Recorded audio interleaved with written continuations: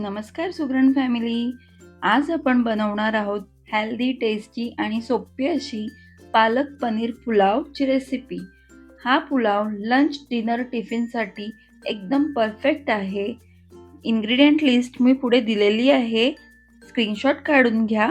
चला तर मग रेसिपीला सुरू करूया.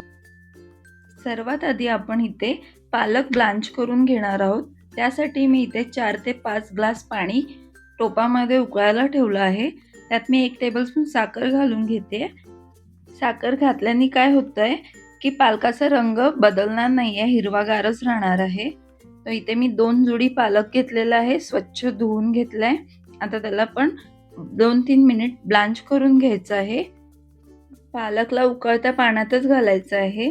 याला उकळी आली की आपल्याला काढायचं आहे. इथे मी थंड पाणी घेतलं आहे, आईस वॉटर आहे, बर्फाचं पाणी. बर्फाच्या पाण्यात घातल्यामुळे काय होतं, पालकची कुकिंग प्रोसेस थांबते आणि त्याचा कलर तसाच हिरवागार राहतो. तुम्ही काढून घेते बर्फाच्या पाण्यामध्ये किंवा तुम्ही थंडगार नॉर्मल पाणी असेल तरीही चालेल. आता पालकची प्युरी बनवून घ्यायची आहे. त्यासाठी पालक असा मी पिळून टाकते याच्यामध्ये. अजिबात पाणी न घालता आपल्याला करायचं आहे पेस्ट. इथे मी हिरव्या मिरच्या घेतल्या आहेत 3 ते 4, 10-12 पाकळ्या लसणीच्या घेतल्या आहेत, थोडासा पुदिना आणि थोडासा कोथिंबीर घेतलेली आहे. हे सगळं आपल्याला पाणी न घालता फाईन पेस्ट करून घ्यायची आहे. आता इथे मी एका कढईमध्ये बटर आणि थोडंसं तेल घालून पनीर फ्राय करून घेते. त्यात मी थोडंसं मीठ घालते आहे, थोडासा गरम मसाला किंवा बिर्याणी मसाला. हे पनीर क्यूब्स घेतलेत मी इथे, 200 ग्राम आहेत. तुम्ही तुमच्या आवडीप्रमाणे कमी जास्त करू शकता. ह्याला छान असं लालसर होईपर्यंत भाजून घेते. हे बघा, हे असं लालसर फ्राय करून घ्यायचं आहे. काढून घेऊया. मी ते काढून घेते. आता आपल्याला ग्रेव्ही बनवून घ्यायची आहे पुलावसाठीची. त्यामुळे मी इथे टोपामध्ये थोडंसं तेल आणि थोडंसं बटर घेऊन त्यात थोडं जिरं घालून घ्यायचं आहे. जिरं छान परतून घ्यायचं आहे आपल्याला. गॅस मोठाच ठेवला आहे मी. हे असं परतून घेतलं.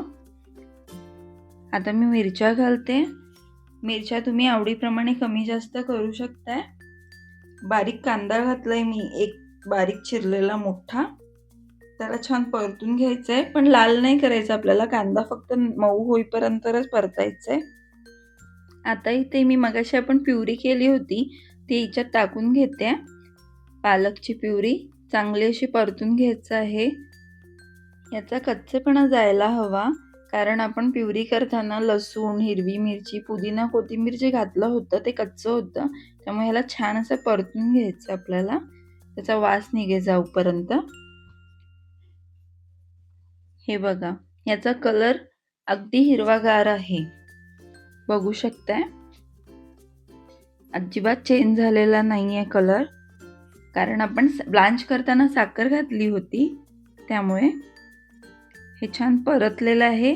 आता याच्यात मी पनीर घालून घेते, जो मगाशी आपण तळून घेतलेला आहे. छान लाल कलर तळून घेतला आहे आपण. हा मी याच्यात मिक्स करून घेते. थोडासा बिर्याणी मसाला घालायचा आहे. बिर्याणी मसाला नसेल तर तुम्ही गरम मसाला सुद्धा घालू शकताय.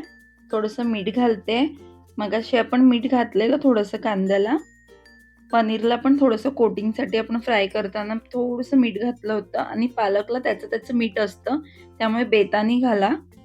इथे मी फ्रेश क्रीम घालून घेतले आहे 2 टेबलस्पून इतकं.